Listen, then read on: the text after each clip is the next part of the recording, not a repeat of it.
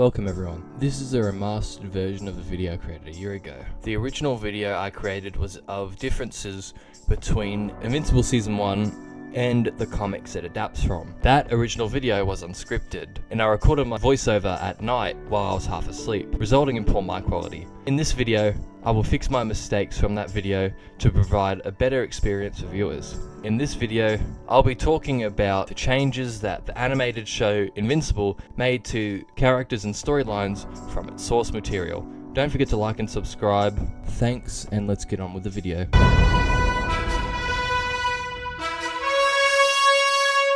In the show, Mark's first ever big threat is the Flaxen invasion. But in the comics, the Flaxens aren't really a threat until much later. Instead, Mark's first villain of the books is he and Adam Eve's physics teacher, David Hiles. Students from Mark's school start disappearing, and it turns out they've been turned into human bombs. Mark and Eve investigate with the help of a robot who figures out that David Hiles is the culprit. When Mark and Eve confront him, he confesses his crimes, revealing that he kidnaps and turns popular kids into bombs because of the suicide of his son, who was bullied. The death of his son also destroyed his marriage and led to him losing his job as a weapons engineer. Now he turns popular kids, like the ones who bullied his son, into walking bombs as revenge. And then he reveals he has turned himself into a bomb to kill Eve and Mark. But Mark quickly deals with him by flying him to Antarctica and tossing him away before he could hurt anyone else. David Hiles is mentioned on the news in the background in episode 2 of the show.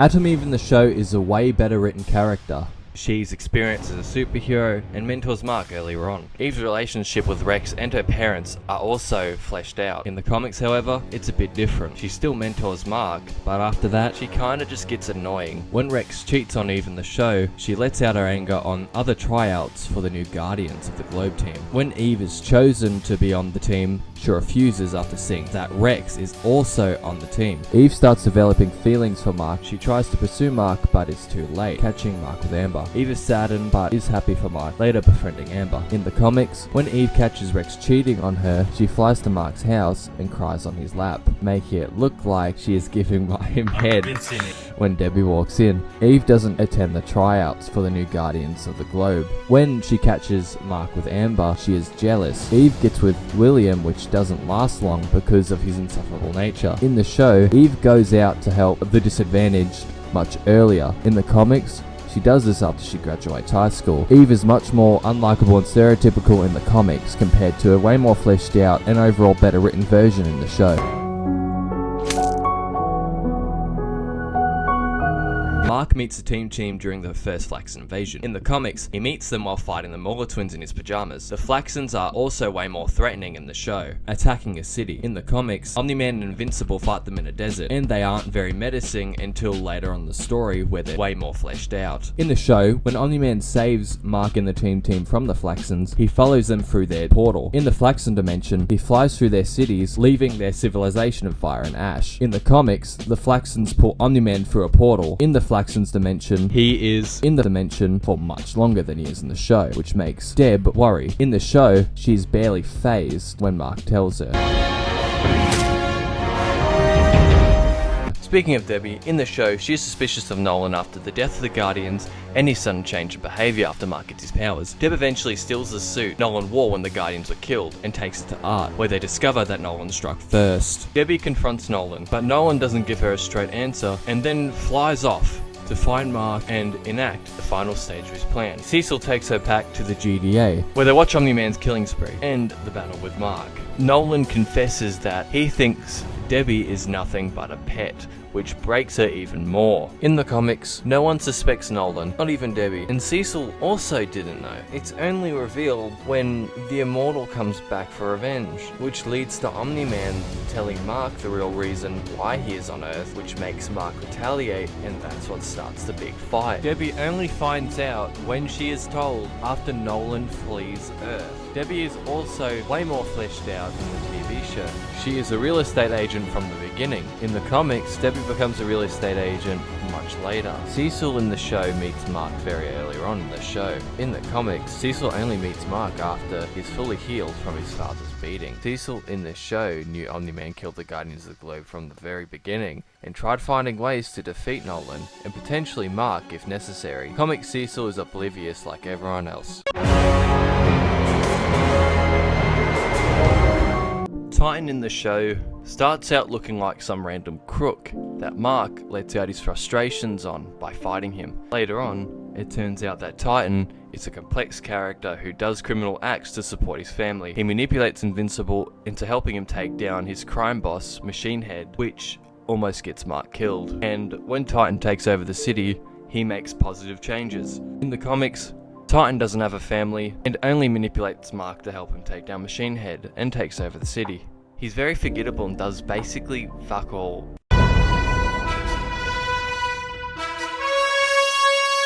In the show, the main superhero team of the Invincibleverse, the Guardians of the Globe, are introduced at the beginning of the very first episode. In the comics, however, they are introduced in the issue which they die. In the show, when Omni-Man attacks them, the team puts up a bit of a fight, which puts Omni-Man in a coma after he finishes killing them all. In the comics, he kills the Guardians with minimal effort. Damien Darkblood is a demon detective who suspects Omni-Man immediately. Before he can crack the case, Cecil sends him back to hell. In the comics, he is a joke. Damien figures out that Omni-Man killed the Guardians after it's already common knowledge. Nolan Grayson starts out the show as basically Superman with a mustache until Mark tells him and Debbie that he has powers. He starts acting a bit suspicious, hitting Mark a bit too hard to see if he could take a hit and going off at his wife. You can tell something's off even before he kills the Guardians. In the comics, Nolan doesn't seem sus at all. He actually seems like a great guy until he kills the Guardians of the Globe. But even then, he still acts like a decent guy. In the show, there is a hint of worry when he has to abide by his mission, even when that means hurting his family. Nolan's good nature seems to only be a persona until he struggles to kill Mark, eventually stopping, proving that his time on Earth and his love for his family did change him. In the comics, Nolan tries telling Mark the truth of why he is on Earth earlier on, but Mark cuts him off before Nolan says anything, thinking that Nolan was going to lecture him on wearing a condom. Nolan's conflict is way less subtle than it is in the show. While Nolan's conflict is more subtle in the show, there's also a few scenes I wish were in the show. The scenes where Nolan spends time with his son doing non-superhero stuff. In the show, a lot of their scenes together are Nolan training Mark, but that's just me though.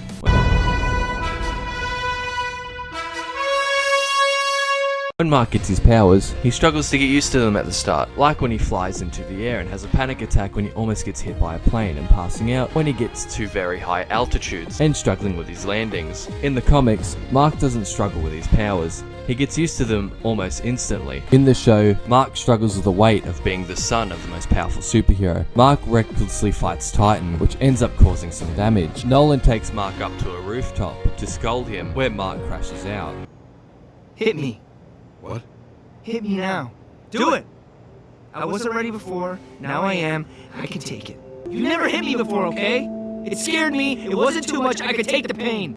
Please just hit me! In the comics, there's none of that. He beats Titan with ease, and there's no struggle with the pressure of being the son of Omni-Man. And the scene where Debbie tells Mark to be his own hero is also a show exclusive. When Nolan is in a coma, Mark flies over to stop the Flaxen invasion. Mark has very little experience in training at this point, so shit goes horribly wrong. People die, and Mark is terrified and doesn't know what to do. He saves an old woman from being shot and tries flying her to safety before being shot in the back and falling into a crater, leaving the woman badly injured. She eventually passes away in hospital. Mark doesn't go through anything until his ass beating by Omni-Man later on. Nolan gives Mark the inspiration to call himself Invincible in the show. In the comic, it's his principle.